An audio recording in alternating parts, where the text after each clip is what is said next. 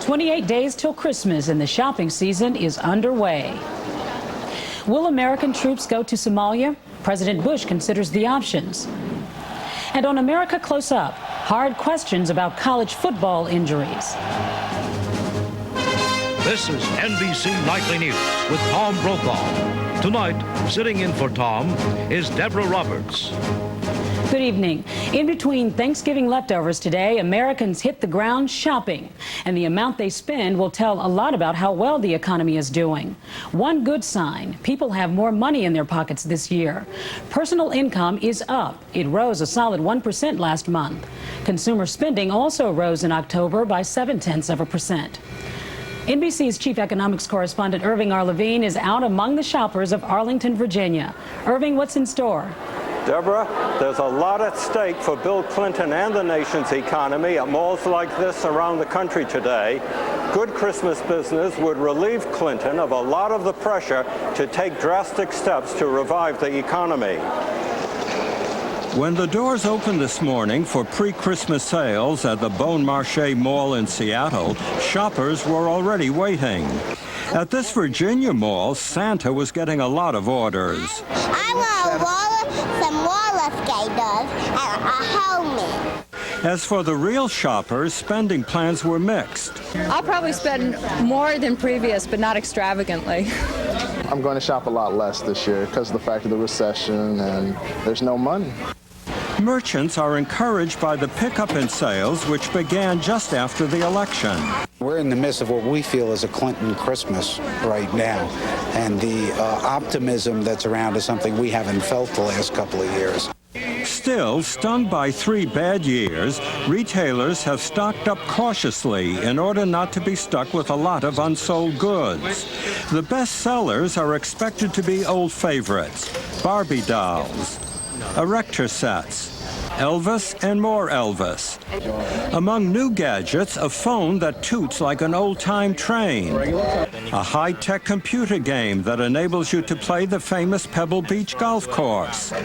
The annual Neiman Marcus His and Her gifts for big spenders, matching Harley-Davidson motorcycles at $35,000 each, or just for her, a train full of gems at $100,000.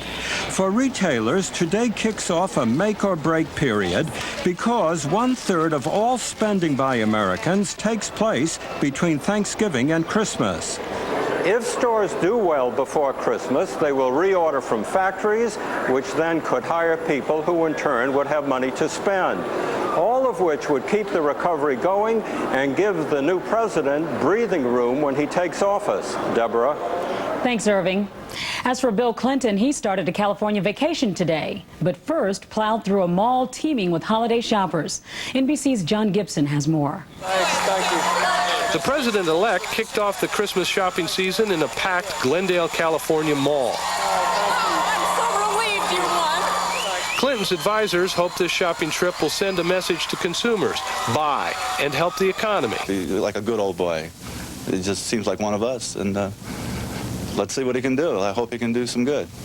California business needs help. Many small merchants say they are just scraping by. Today is a great start. Him out here showing us that he believes in us as small businesses is a perfect step in the right direction. Consumers are also looking for Clinton leadership. I want him to be doing exactly what he said he'd be doing during his campaign. I expect change because that's what he promised. Clinton couldn't get much shopping done in all this confusion, but he did manage to try out a football. The Clintons came to California for a vacation. They'll spend the weekend at the Santa Barbara area home of Hollywood television producers. Saying he was looking for pointers on a smooth transition to the White House, Clinton started his day by asking advice of former President Ronald Reagan. Reagan gave him jelly beans. Thank you. What a wonderful gift. I love it. John Gibson, NBC News, Glendale, California. Senator Bob Packwood said in a statement released today that he will ask the Senate to investigate charges of sexual misconduct made against him by 10 women last week. The Oregon Republican also admitted he had a drinking problem, apologized, and promised to seek professional help. I'll have the latest on American troops in Somalia when Nightly News continues. Flakes? What can I say? I mean, they look kind of stupid just sitting there. Lights out, nobody's home. I mean, look, there's no fruit, there's no raisins, there's nothing in here. There's something about this. It's kind of simple. It's really crunchy. You know, I like them. Kellogg's Corn Flakes. Kellogg's Corn Flakes? Cool. Taste them again for the first time. We Americans have some very particular ideas of what we want in our cars and trucks. I feel like the car's like wrapped around. One company gets input from customers at every stage of new product development to find out exactly what they're looking for. That may be why 5 of the top 10 selling vehicles in America are built by the same company, Ford Motor Company. With your help, our quality gets better all the time. Ford Motor Company. Quality is job one. It's working. It's working. An estimated 300,000 people this year have died of the famine and war in Somalia. Some 2 million more are at risk. Military intervention could save them, and the United States has offered it. Now the United Nations is considering that offer. NBC's Jim Miklaszewski with President Bush in Kennebunkport tonight has the latest. Jim? Good evening, Deborah. White House officials say that plans to protect relief to Somalia are still in the diplomatic stage, but all talks are centered on the use of force. Those who have seen Somalia recently call it hell on earth. They say that rival factions and bands of armed teenagers make the port of Mogadishu more dangerous than Beirut. At Kennebunkport, President Bush got an update today from National Security Advisor Brent Scowcroft. At the United Nations, closed-door talks were underway to consider several options. But military sources report that 4 U.S. ships and 2,000 Marines are already headed in Somalia's direction in anticipation of orders. Any decision to send in the troops would require a massive U.S. commitment. Somalia has no physical infrastructure, which means that U.S. troops would have to bring in everything they need: housing, water, sanitation, and fuel. But that could be the easy part. The military wants to know what is the mission, and once they're in, how would they get out? Spokesman Marlon Fitzwater says the White House is still working on it. Well, as the president's often said, we wouldn't get involved unless we could define the objective and the mission and knew exactly what the course of action was, and that's something that would have to be worked out at some other point. The problem is Somalia has no government. Rival clans armed primarily with outdated Soviet weapons are fighting for control of the country. 2 big questions. Would UN-backed troops have to disarm the warlords or have to establish a government? Experts warn that could get U.S. troops bogged down in a civil war and believe the mission should focus only on humanitarian relief. We cannot ensure long-time peace and prosperity. All we can do is deliver food and medical supplies and hope that few Americans get hurt in the process. One option is to establish safety zones for feeding and food distribution. But U.S. officials acknowledge that would mean a long-term commitment and could force U.S. troops to stay in Somalia for the duration of that conflict. Deborah? Thanks, Jim. Another hot spot, Bosnia. Serbian fighters are still threatening much of Sarajevo as the United Nations troops do what they can to avert massive starvation. There is talk of yet another ceasefire. NBC's Tom Aspel reports tonight from the crucial town of Travnik, now at grave risk. By moving against the town of Travnik, Serbian forces have begun linking areas of Bosnia under their control. Their objective may be to conquer not just parts of Bosnia, but all of it. If Travnik falls, Serbian forces will have a clear run at other key towns, which together hold 500,000 people. They would control all of northern Bosnia and create a new flood of refugees. UN peacekeepers are right in the line of advance this time, and a British contingent has already begun moving to let the Serbians know they mean to stand their ground and insist on the UN's mandate to escort aid convoys into combat zones. Every day, the British send a patrol of 45-ton Warrior armored fighting vehicles up to the front lines, where Travnik's defenders are skirmishing with the attacking Serbians. The patrols go there to show that the United Nations are in the area, perhaps I don't know, perhaps that might discourage those people that shell the area from doing so. It doesn't. The Serbians are poised on the high ground. Croatia has sent hundreds of troops to help Muslims defend the town. From up here in the foothills, the importance of Travnik is obvious. This valley leads all the way down to Sarajevo.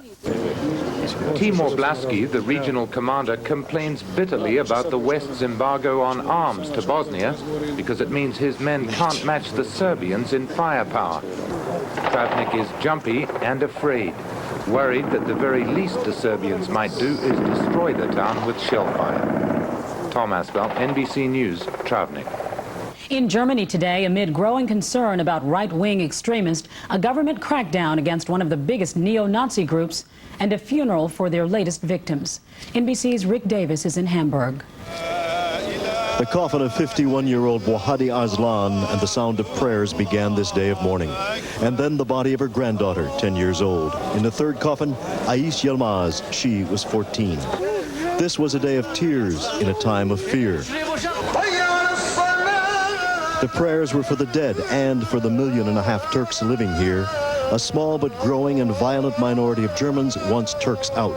These three are the latest of 16 victims who died violently. 25-year-old Michael Peters, a neo-Nazi, and 9 teenage followers were arrested in connection with the killings. And as the mourners marched, the Interior Minister announced a ban of the extremist Nationalist Front. Police swept through the homes of 40 members. Some say a ban will merely drive the group underground. There are several neo-Nazi groups with an estimated 40,000 members. The leader of one says Turks will be forced out. No, there's no need for concentration camps. You put them in trains or in airplanes and send them back. The Turks first came to do the work the Germans did not want to do. Now, in these economic hard times, they and 400,000 new immigrants are the focus for the anger of the frustrated. For a Jewish woman along the line of march, it is a terrible reminder. I feel very scared, and I feel that I want to run away from this place. As the mourners reached the center of Hamburg, a young Turk spoke of his fears. You see what is happening here in the last days, and so I have to be frightened. And many doubt the German government has the will to protect them. But Foreign Minister Klaus Kinkel vowed to fight racism. He said, "We will not allow the right-wing imbeciles to end our democracy." As night fell, there were cheers for those words. Rick Davis, NBC News, Hamburg. Election results from Ireland tonight. Voters there struck a blow against abortion, rejecting a proposal to allow an abortion when a mother's life is threatened. But they voted in favor of the right to abortion information and supported travel to another country for abortions.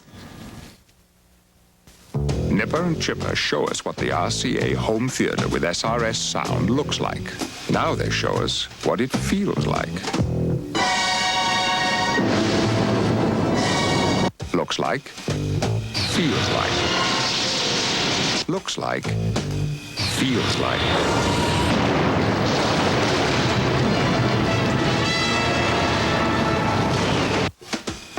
Any questions? Do you love to exercise? I'm at one of the finest health spas and resorts going. I could enjoy a complete workout, sauna, massage, special Nautica spa diet. It's all right here. But what I really love about this health spa is that it goes everywhere I go. Take a 3, 4, or 7-day fun ship vacation on Carnival, the most popular cruise line in the world. You know, California prunes have a lot of vitamin A. And they say that vitamin A is good for your eyesight. Maybe you haven't had a prune lately. Sweet, delicious California prunes. Find out how good they really are.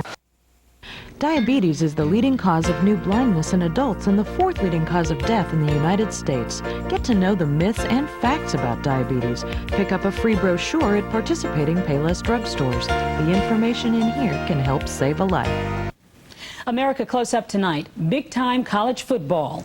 Is it a sport or a business? In a landmark case, an injured college player is claiming he was an employee and deserves workers' compensation. NBC's Jim Cummins begins his report in Fort Worth, Texas. There is something special about being a football player at Texas Christian University. Big time, big crowds, big bucks. The intoxicating atmosphere seduced running back Kent Waldrop, who assumed that TCU would take care of him once he got a full-ride scholarship to play football. Then one perfect Saturday afternoon in the fall of 1974, the unthinkable happened to Waldrop, number 44 in the white in a game against Alabama. I get around the end, the blocking breaks down, I'm hit again. My legs are clipped out from under me, and I flip up in the air and come down head first. And as soon as my head hit that artificial turf, my neck was broken. He was paralyzed from the neck down. Rehabilitation was expensive, and after only 11 months, Waldrop and his family suffered another devastating setback. TCU refused to accept any more responsibility for his medical bills. The school and their policy, though, was that, you know, you're too expensive now. You didn't bust your knee, you broke your neck. And they weren't ready to accept that responsibility. I felt like I'd been abandoned. But he didn't give up. Waldrop now has partial use of his arms, is married, has 2 children, and is a successful businessman. Now he's filing a workers' compensation claim against TCU, claiming he wasn't just a football player, he was an employee, injured on the job, and he's entitled to back pay, benefits, and a lifetime stipend from the university. It's time to recognize that college athletics is a business, and with any business comes responsibilities for the employees that represent that business, and in this case, it's the scholarship athletes. Waldrop's workers' comp claim renews an old debate over pay for play, compensation for big-time college athletes. Line it up, line it up. Jim Wacker opposes it. Wacker, who was head coach at TCU after Waldrop was injured, now coaches at the University of Minnesota. He says scholarships are enough compensation for the games they play. If you end up giving football players and basketball players, the ones that make the money, more money, where's that going to come from? You're going to have to cut other sports. And by some estimates, more than half the big-time college sports programs already operate in the red. But Nebraska State Senator Ernie Chambers says, don't blame the players. Chambers has introduced several bills in the legislature to pay football players on scholarship at the University of Nebraska $1,000 a month.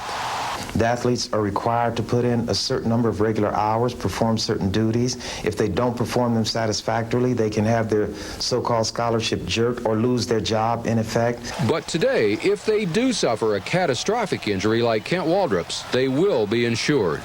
1991, the NCAA finally implemented a catastrophic health insurance program. 1991. Well, what about all the Kent Waldrops before that? And not just the broken necks or the severe head injuries, but the torn up knees and other injuries that ended great careers. That would be thousands of former college players. If Kent Waldrop wins his workers' compensation claim, it could set a legal precedent establishing players as employees and change college sports forever. Jim Cummins, NBC News, Dallas. Coming up, Assignment Earth and a river that runs through it. When I get a cold, I see a doctor. I'm married to one. My wife recommends Dimetap Extend Tabs. Doctors have recommended the Dimetap brand over 200 million times. Adult-strength Extend Tabs relieve your cold symptoms for 12 hours with one of the least sedating non-prescription antihistamines. My wife is a doctor, so I can really trust what she tells me. Doctors recommend Dimetap for their families and yours. For 4-hour cold relief, try new Dimetap liquid gels. A kiss? No, I'm sorry. I don't think so. Oh, no, please, no, baby, no. Oh, not a good idea. Not now. No, bad time. Fight morning breath with Scope. Scope has 2 powerful ingredients that kill 90% of the bacteria that cause morning breath. Your kiss is ready. Pucker up. Right on the kisser. Come on. Kiss morning breath goodbye with Scope. Give me that kiss.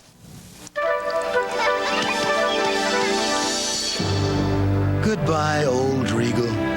Hello, new Regal. The 1993 Buick Regal sedan. This story isn't unusual. There's a real love affair between Buick owners and their automobiles. And the latest J.D. Power & Associates initial quality study ranks Regal sedan as the best car in its price class. The great American love story belongs to Buick. Now you can cut some fat from your family's diet a whole new way. Introducing Promise Ultra, the spread that's the absolute lowest in fat of any leading brand. That's right, Promise Ultra is the lowest in fat. So try new Promise Ultra. Get heart smart.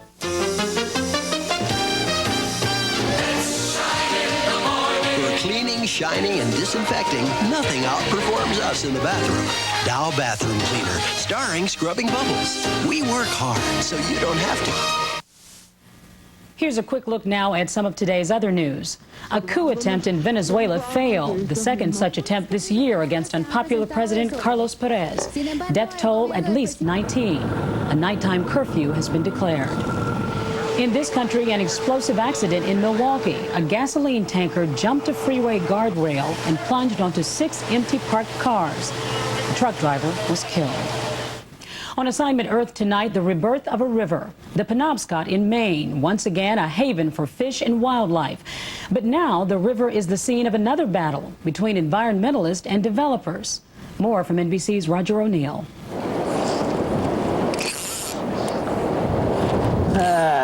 Dear. This salmon fishing, it's a regular disease.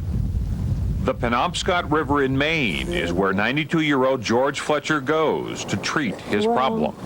There's only one cure, and that's to come and fish. That's a beautiful female in there. Looks wild, too. Almost ready to spawn. The presence of a native Atlantic salmon is a significant, albeit small, victory in the 25-year-old effort to fix the Penobscot, to restore this once magnificent river. The salmon coming back represents a healthy river, a healthy environment. The Penobscot was a sewer of pollution. It was dammed, it was overfished, it was a dead river. To see what it has become today is just utterly amazing. And is reflected in the colors of Arthur Taylor's paintings. The movement of the river means a lot to me because it suggests that it's a living, flowing thing. It has many great challenges to it because it's ever changing. And some say always threatened. Today from the local electric company, which wants to build a new dam to generate electricity. Bangor Hydro is sure that both dams and fish can coexist and even thrive in the future on the Penobscot River. In the campaign to sell the project, the company has agreed to all but one of the conservationist demands not to hurt the river again. There's a deep philosophic difference.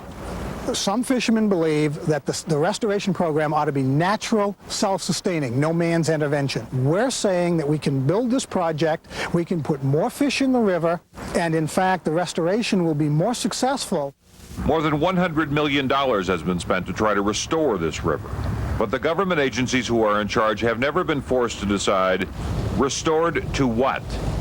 The Penobscot off limits to man, including the fishermen? Or a river in harmony with man, given his heavy hand?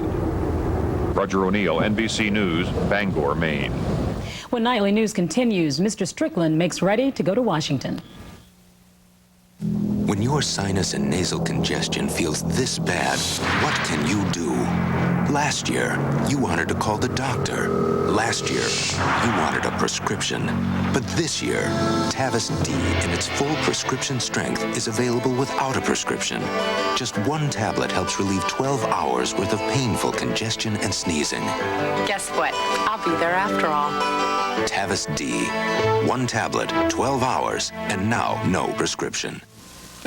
Give me one good reason to try new Serenity with Dry Layer Plus. Hugs.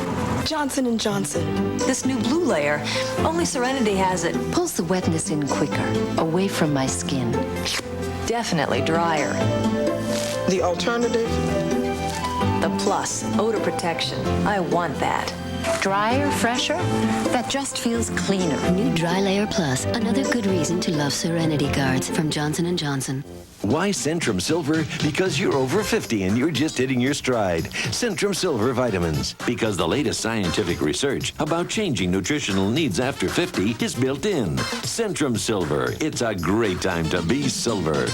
Here's a great big idea. Silent shooter. From Presto, professional salad shooter slicer shredder. Big capacity and power. Special blades to point and slice thick, slice thin, shred, even ripple cut. Right where you want. Salad shooter. From Presto. In October, Chrysler Corporation introduced its cab-forward cars, the Dodge Intrepid, Chrysler Concorde, and Eagle Vision. By November, these cars, along with our Jeep Grand Cherokee and our Gold Standard minivans, had swept up award after award, including Automobile Magazine's prestigious Automobile of the Year. Today, the Chrysler Corporation is the most award-winning automotive company in the world.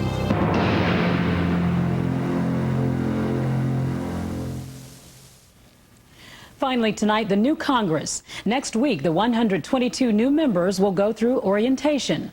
One of them is Ted Strickland, a Democrat from Ohio. NBC's Odetta Rogers is following his transition from civilian to congressman. Hey! Congressman Ted Strickland's first trip to Washington since Election Day. With the help of his new aide, Maurice Daniel, he's apartment hunting. The dishwasher. That'll be better than what I have at home. It's not cheap. $1,400 a month. And back in Southern Ohio, $300 a month. It's what I pay for a house and several acres. Think you'll get over the sticker shock. Will I?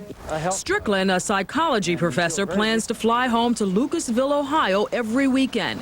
His wife, Frances, also a psychologist, will stay in Ohio to keep them in touch with voters. It's our presence. I mean, it just shows that Ted is here more than he is in D.C. And if I'm here, people know that. Commuting costs will come out of his congressional budget, but not the new housing cost or new clothes. Until now, he's had only one good suit. Though his salary is going up from $75,000 to $130,000, he says he'll watch his money. You know what that is? He'll be doing his own grocery shopping and eating at home a lot. Ted Strickland, I'm newly elected to Congress, and I'm looking for a place to live, and I hope I become one of your regular customers. I hope so. He may also become a regular at a neighborhood swimming pool. He calls the private congressional gym an unnecessary perk. I just don't want to give people a reason to think that I've come to Washington and become a part of a problem. Yet, there is another part of Ted Strickland's day in Washington. Like an old political insider, he goes looking for support from the NRA, already thinking about re-election. In Southern Ohio, there is no issue that has the same emotional impact as does the issue regarding gun ownership. And on Capitol Hill, he campaigns for a prize seat on the Energy and Commerce Committee. Congressman Dingell's office. Meeting with committee chairman John Dingell. Good to see you, sir. Howdy, pleasure to see you. Ted Strickland is my name, from Ohio. Well, welcome to you. The post-election campaigning isn't over. He wanted to meet with Majority Leader Gephardt, but gets his top aide and some useful advice. Energy and commerce. I mean, it just seems to be a natural fit. I think the other important thing is to have a plan B. It has been a long day for Ted Strickland. It included his first lesson in Washington politics. Odetta Rogers, NBC News, Capitol Hill. That's Nightly News for this Friday. I'm Deborah Roberts. Garrick Utley is here tomorrow. Tom Brokaw will be back on Monday. Have a good weekend.